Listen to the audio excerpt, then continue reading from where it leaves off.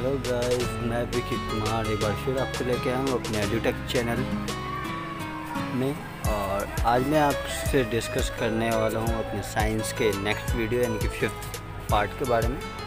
और इसके अंदर आज मैं आपसे डिस्कस करूँगा रिफ्लेक्शन एंड रिफ्रैक्शंस के बेसिस पर कुछ क्वेश्चंस के बारे में और उसके सॉल्यूशंस के बारे में, जो कि मैं आपको यहाँ सॉल्यूशन करके दिखाऊँगा। और वीडियो के लास्ट में मैंने एक पीडीएफ के लिंक्स जो कि डिस्क्रिप्शन में अटैच कर रखी है, जो कि आपका टेस्ट पेपर है और वो आपको अपना कंप्लीट करके और मुझे मेरे ईमेल आईडी जो कि आपको डिस्क्रिप्शन में मिल जाएगी उस पर उसको मेल करना है। और मैं आपके वीडियो का या आपके जो आप मुझे मेल करेंगे आंसर शीट्स, उसका रिस्पॉन्स पक्का शो करूँगा आपको कि आपके क्या रिजल्ट रहा है और आपने कितने मार्क्स अटेंड किए। तो चलिए स्टार्ट करते हैं। सबसे पहला क्वेश्चन है कि a convex lens has a focal length of 10 centimetre, यानी कि आपका एक यहाँ कॉन्वेक्स लेंस है जिसका फोकल लेंथ हमारा 10 सेंटीमीटर है। At what distance from the lens should be the object be placed so that it forms a real and inverted images 20 centimetre. उसके बाद ये कह रहा है कि कितने डिस्टेंस पर हम किसी ऑब्जेक्ट को रखें कि जो हमारा इमेज है वो आपके लेंस से एक तो 20 सेंटीमीटर दूर बने और रियल और इन्वर्टेड बने। उसके बाद है कि away from the lens what would be the size of the image form if the object is 2 centimetre height. उसके बाद कह रहा है कि जो हमारा इमेज फॉर्म होगा उसकी साइज़ क्या होगी अगर ऑब्जेक्ट का साइज़ 2 सेंटीमीटर है तो। और उसके बाद हमें करना क्या है, तो विद द हेल्प ऑफ रे diagram show the formation of image by the lens in this case. और इसके बाद हमें उसका रे डायग्राम बनाना है। तो चलिए स्टार्ट करते हैं इसके सॉल्यूशंस के बारे में। तो सबसे पहले मैंने यहाँ क्या किया, तो इसके जो वैल्यू आपके दे रखे हैं इस आंसर्स में, जो हमारा फोकल लेंथ है ऊपर 10 सेंटीमीटर सबसे पहली लाइन में, और उसके बाद जो हमारा इमेज डिस्टेंस यानी कि v दे रखा है वो +20 दे रखा है। और क्योंकि हमारा ये कॉन्वेक्स लेंस है, इसमें हमारे जो भी यूनिट्स होते हैं वो ओवरऑल आपका सारी चीज़ें पॉजिटिव होती हैं, जैसा कि मैंने आपको लास्ट वीडियो में साइन कन्वेंशंस के अंदर बताया था। तो चलिए आगे बढ़ते हैं। जैसा कि हमारा जो फार्मूला होता है lens formula 1/f = 1/v + 1/u। और इसकी बेसिस पे मैं आप इसको सॉल्व करते हैं। तो जैसे कि यहाँ आंसर्स मैंने यहाँ नीचे शो करेगा 1/10 = 1/20 + 1/u। और अगर हम u की वैल्यू फाइंड आउट करते हैं तो वो होता है आपका 1/20 - 1/10। और अगर हम इसका एलसीएम ले लेते हैं तो वो आपका ओवरऑल आंसर आता है यहाँ -1/20।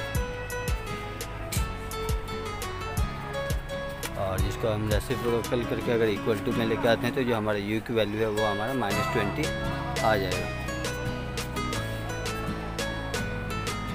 उसके बाद हमें यहाँ मैग्नीफिकेशंस निकालने हैं। मैग्नीफिकेशंस का जो फार्मूला होता है वो होता है आपका -v/u।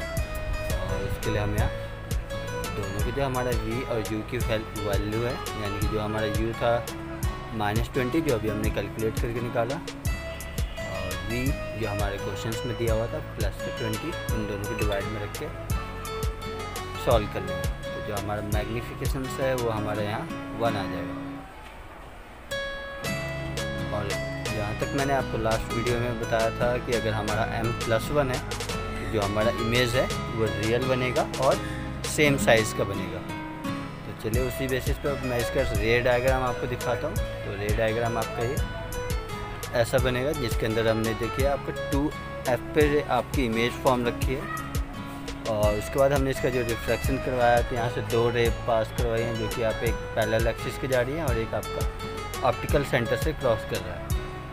तो जो हमारा फाइनल इमेज यहाँ बनेगी वो भी आपका 2f के बाद ही बनेगी और वो भी आपका इक्वल साइज़ का होगा, यानी कि जितना बड़ा आपका ऑब्जेक्ट बनाया जाएगा उतना ही बड़ा आपका यहाँ इमेज भी फॉर्म होगी। ये तो हमारा पहला क्वेश्चन था। चलिए अब बढ़ते हैं अपने सेकंड क्वेश्चन पे। और सेकंड क्वेश्चन है यहाँ draw a ray diagram to show the use of convex lens for the formation of the image having the following characters. इस कैरेक्टर्स के अंदर हमारा जो सबसे पहला है कि real and inverted and diminished, यानी कि जो आपका इमेज हो वो वास्तविक बने, उल्टा बने और छोटा बने। और यहीं अगर सेकंड पॉइंट की बात करें तो वो आपका वर्चुअल, इरेक्टेड एंड मैग्नीफाइड, यानी कि आभासीय और इरेक्टेड बनेगा और आपका मैग्नीफाइड होगा, यानी कि बड़ी इमेज फॉर्म होगी।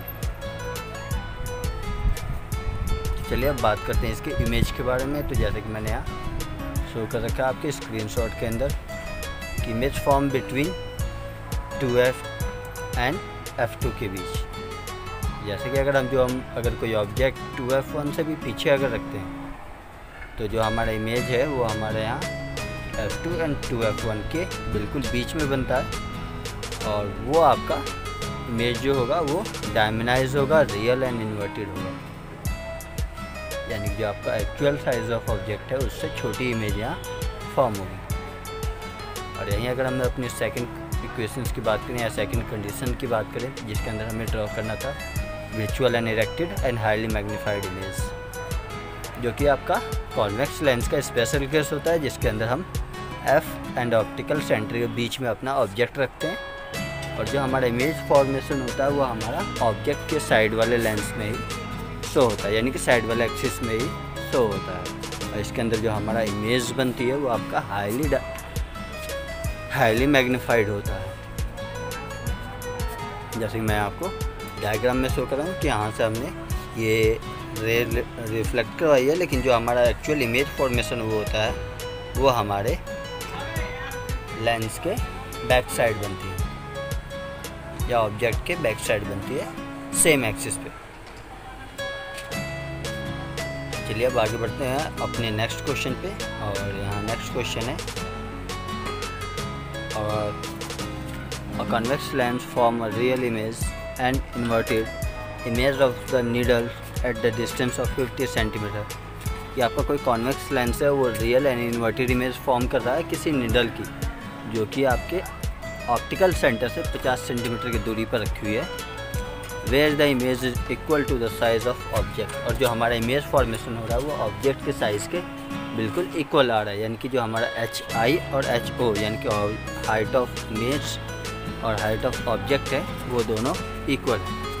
और उसके बाद दे रखा है कि also find the power of the lens and size of object.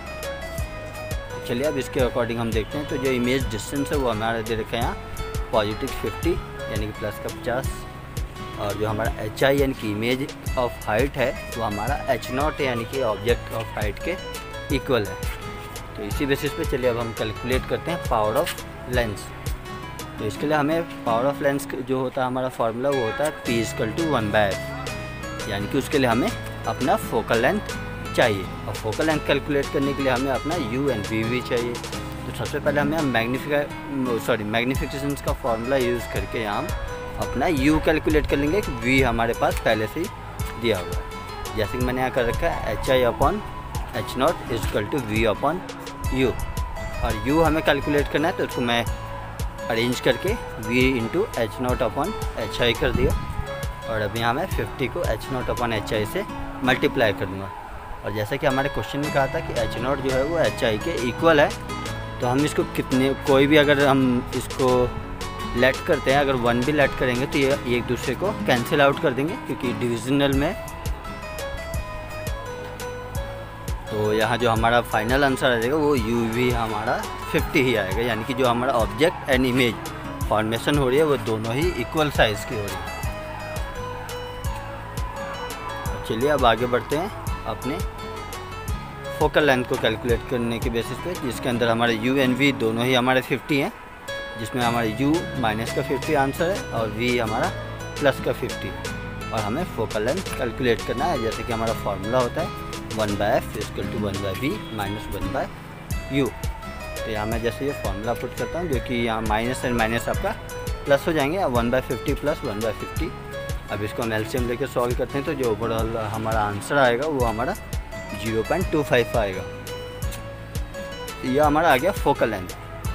और अब हम बात करते हैं पावर ऑफ लेंस की। तो पावर ऑफ लेंस का जैसे मैंने अभी फार्मूला आपको बताया था P इक्वल टू 1/f, जैसे कि मैंने यहाँ लिख भी रखा। तो इसे यहाँ हम f की वैल्यू पुट कर देते हैं 1/0.25, जो कि आपका 4 आ जाएगा आंसर। और क्योंकि पावर की जो यूनिट होती है वो डायोप्टर होता है, यानी कि D, मैंने यहाँ +4D लिख रखा है, यानी कि 4 डायोप्टर हमारा जो पावर ऑफ लेंस है इस पर्टिकुलर लेंस के लिए, जिसकी इमेज हमारी 50 centimetre away from the optical centre form हो रही है। चलिए अब बढ़ते हैं अपने अगले क्वेश्चन के बारे में। और नेक्स्ट क्वेश्चन है हमारा, an object 5 centimetre in length is held 25 centimeter away from a converging lens of focal length 10 centimeter. Draw the ray diagram and find the position, size and the nature of the image form. यानी कि हमें find क्या करना है, तो एक तो उसकी पोजीशन, उसका साइज़ एंड नेचर। चलिए यहाँ कैलकुलेशन की ओर बढ़ते हैं। और यहाँ सबसे पहले मैं लिख लेता हूँ कि हमारे ओवरऑल सिचुएशंस के अंदर, यानी कि जो हमारा क्वेश्चन है उसके अंदर दिया क्या क्या है। तो हमारा फोकल लेंथ दे रखा है 10 सेंटीमीटर एंड यू दे रखा है हमारा -25, यानी कि हमारा ऑब्जेक्ट। उसके बाद हमारा h0 यानी कि हाइट ऑफ ऑब्जेक्ट दे रखा है 5 सेंटीमीटर। अब हमें सबसे पहले कैलकुलेट करना है उसकी पोजीशन, यानी कि कितनी दूर बाद बनेगी, यानी कि हम इसका v कैलकुलेट करेंगे। और उसके बाद साइज़ की बात किया है तो यानी कि hi कैलकुलेट करना है, और hi के या फिर हम मैग्नीफिकेशंस का फार्मूला यूज़ करके उसको शो कर सकते हैं कि उसका नेचर ऑफ इमेज कैसा होगा। तो चलिए स्टार्ट करते हैं। यहाँ सबसे पहले मैं इसका v कैलकुलेट कर रहा हूँ, जैसे कि मैंने फार्मूला यूज़ किया 1/f equal to 1/v minus 1/u।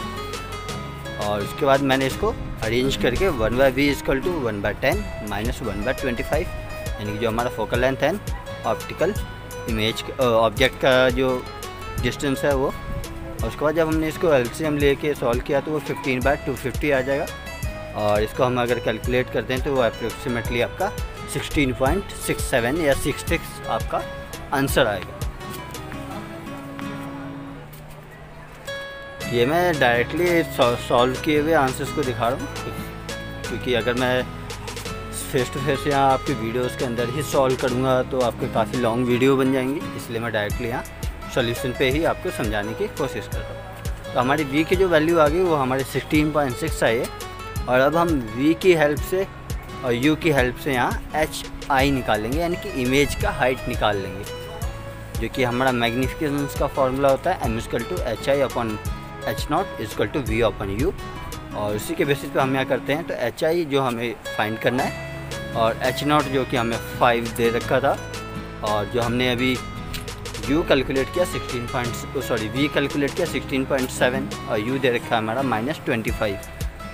अब अगर हम इसको रीअरेंज करते हैं तो 16.7 डिवाइड बाय -25 इंटू में 5 को मैं यहाँ से पहले मल्टीप्लाई कर देता हूँ और डिवाइड कर देता हूँ। तो उसके बेसिस पे हमारे ये आंसर जो है प्रॉपर सॉल्व करने के बाद -10/3 आ जाएगा। और इसको हम अगर और डिवाइड करें तो ये आपका -3.3 आ जाएगा आंसर, यानी जो हाइट ऑफ इमेज है वो हमारा -3.3 है। अभी जो माइनस साइन शो कर रहा है, यानी कि इसका मतलब है कि जो हमारी इमेज फॉर्म होगी वो इन्वर्टेड होगी। तो चलिए अब इसके रे डायग्राम के बारे में भी देख लेते हैं। तो हमने ओवरऑल आंसर तो निकाल लिया, अब इसके बेसिस पे हम बताते हैं अपने रे डायग्राम और उसके पोजीशन एंड इमेज के नेचर के बारे में। जैसे कि मैंने स्क्रीनशॉट एडिट कर रखा है, इसके अंदर हमने ऑब्जेक्ट कोई रखा है आपका F1 से भी बिहाइंड, और वहाँ से हमने 2 रे यहाँ पास करवाया, एक आपका प्रिंसिपल एक्सिस के बिल्कुल सामने से और एक ऑप्टिकल सेंटर से जो आपको दिखाई दे रहा होगा, और वो हमारा क्रॉस कर रहे हैं आपके F2 से भी बियॉन्ड, यानी कि F2 से काफ़ी आगे जाकर क्रॉस कर रहे हैं और वहाँ आपका इमेज फॉर्म हो रही है। और जो इमेज फॉर्म हो रही है वो आपकी जो है वो 16.7 सेंटीमीटर के डिस्टेंस पे फॉर्म होगी, जो कि हमने अभी जस्ट फार्मूला के हेल्प से आंसर्स निकाला था v का। और जो हमारा इमेज है यहाँ आपका इन्वर्टेड फॉर्म हो रही है, और इमेज आपकी रियल फॉर्म होगी और इन्वर्टेड फॉर्म होगी। तो ये था इस क्वेश्चन का सॉल्यूशन। और अब हम बढ़ते हैं अपने अगले क्वेश्चन के बेसिस पे। जो अगला क्वेश्चन का है वो हमारा है कि if refractive index of the glass is 1.65 what is the speed of light in the glass, कि अगर रिफ्रैक्टिव इंडेक्स किसी ग्लास का आपको 1.65 है तो जो लाइट की स्पीड है वो ग्लास के अंदर कितनी होगी। तो जैसे कि हम लोगों ने स्नेल लॉ के अंदर हमने फार्मूला पढ़ा था कि रिफ्रैक्टिव इंडेक्स ऑफ जो ग्लास होता है वो equal to refractive index light of वो speed of light of in vacuum and speed of light in glass, इन दोनों के रेशो को ही, यानी कि वैक्यूम और ग्लास के बीच में जो हमारा स्पीड ऑफ लाइट का रेशो होगा वही हमारा refractive index of the glass होगा।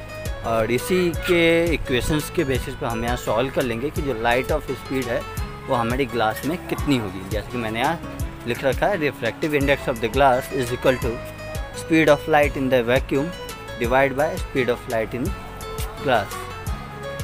तो चलिए अब इसको सॉल्व करते हैं। जैसे कि हमारा जो refractive index of the glass दे रखा है वो दे रखा है 1.65, और जो हमारा वैक्यूम के अंदर दे होता है लाइट की स्पीड वो होती है 3 × 10⁸, और हमें वैक्यूम इन ग्लास कैलकुलेट करना है, जिसको मैंने यहाँ Vg लिख रखा है, V फॉर आपका वेलोसिटी और G फॉर ग्लास, यानी कि स्पीड ऑफ लाइट जो आपकी होती है।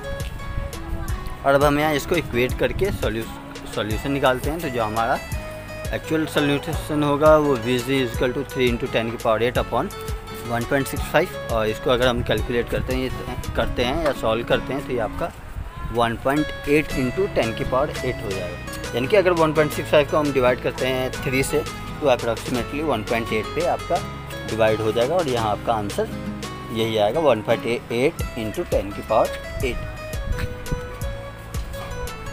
तो ऐसे ही आप किसी भी चीज़ का, यानी कि किसी भी मीडियम का, रेयर या डेंसर मीडियम के बेसिस पे आप यहाँ उसका रिफ्रैक्टिव इंडेक्स कैलकुलेट कर सकते हैं, जैसे कि मैंने आपको करके दिखाया। और ऐसी बेसिस पे आपको और भी क्वेश्चंस आने चाहिए। चलिए अब आज की वीडियो में बस ये इतना ही, और मैंने लिंक डिस्क्रिप्शन में दे रखा है आपके टेस्ट पेपर्स का, यानी कि जो मेरे सेल्फ मेडेड क्वेश्चन पेपर्स हैं जिसके अंदर आपके टोटल 10 क्वेश्चंस एडिशनल है एंड 4 क्वेश्चंस आपके NCERT के हैं, जो कि NCERT का क्वेश्चन नंबर 12, 14, 15, 16, ये 4 क्वेश्चन आपको सॉल्व करने हैं, और जो मैंने आपको PDF में दे रखे हैं वो सॉल्व करने हैं।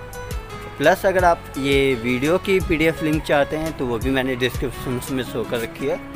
तब तक के लिए गुड बाय, टेक केयर।